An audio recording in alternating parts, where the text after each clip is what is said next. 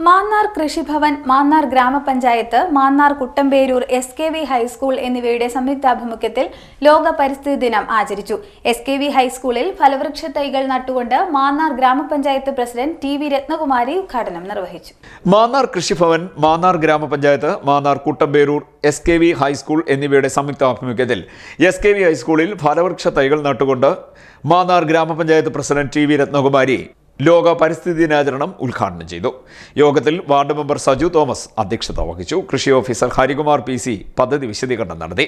കൃഷി വകുപ്പിന്റെ ലോക പരിസ്ഥിതി ദിന സ്കൂൾ വളപ്പിലെ ഫലവൃക്ഷത്തോട്ട പദ്ധതിയിൽ ഉൾപ്പെടുത്തി പ്ലാവ്, സപ്പോട്ട, മാവ്, മലേഷ്യൻ ആപ്പിൾ, ചെറി, പൈനാപ്പിൾ, 7 ഇനം ഗുണമേന്മയുള്ള ഫലവൃക്ഷ തൈകൾ, ആര്യവേപ്പ്, തെങ്ങിൻ തൈ എന്നിവ നടുകയും ഇതിന്റെ പരിപാലനത്തിനായി സ്കൂൾ കാർഷിക ക്ലബ്ബ് രൂപീകരിക്കുകയും ചെയ്തു.